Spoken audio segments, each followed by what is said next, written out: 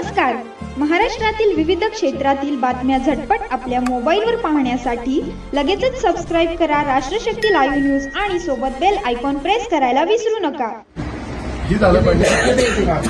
गेले 3 दिवस झाले अंजनगाव फेलोबाचे इथं छत्रपती शिवाजी महाराजांचा आशूर पुतळा बसवण्याच्या जागेवरून एक वाद निर्माण झाला होता. देवस्थान आणि गावकरी असा तो वाद निर्माण झाला होता. त्याच्यामध्ये देवस्थानची भूमिका ही होती की ही जागा देवस्थानची, त्यामुळे देवस्थानच्या जागेत हे पुतळा न बसवता थोडा पलीकड जिथं सरकारची जागा आहे, गायरन आहे, ग्रामपंचायत जागा आहे तिथं बसवावं आणि म्हणून करता 3 दिवस त्या गावामध्ये संघर्ष होता. परंतु आज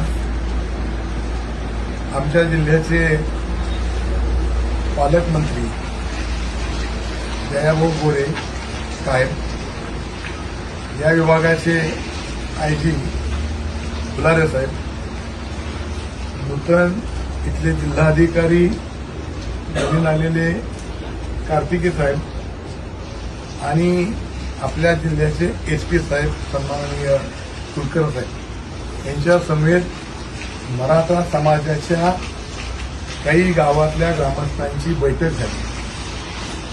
सकाळपासून जो वाद होता तो 814 ही जागा मोजावी आणि त्या जागेच्या ती जागा देवस्थानची आहे, ती जागा सोडून इतरत्र महाराजांचा पुतळा बसवावा आणि मराठा समाजाची मागणी होती की तुम्ही सक्षम अधिकाऱ्याकडून ती जागा मोजा आणि ती जागा मोजल्यानंतर जर शिवाजी महाराजांचा पुतळा त्याच्यामध्ये आला तर दुसऱ्या ठिकाणी आम्ही हलवायला तयार आहोत.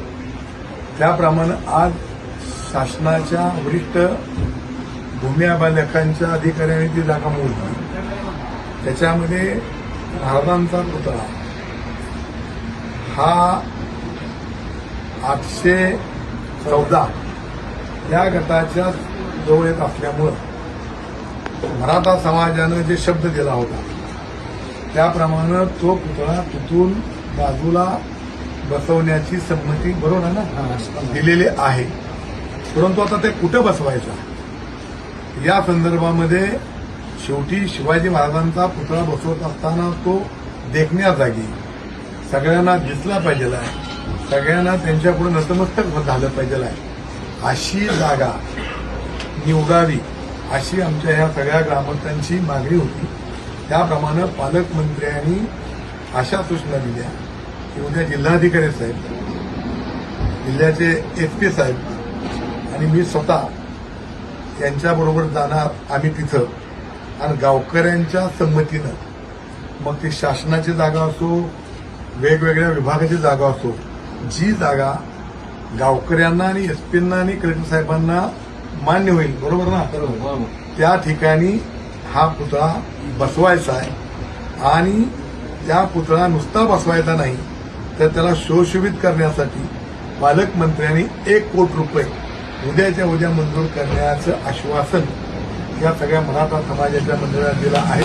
त्याबद्दल मी त्याचं स्वागत करतो आणि मराठा समाजाच्या माझ्या सगळ्या कार्यकर्त्यांचं मी इथं अभिनंदन करतो की तिने ह्यातून मार्ग काढला. त्याबद्दल धन्यवाद.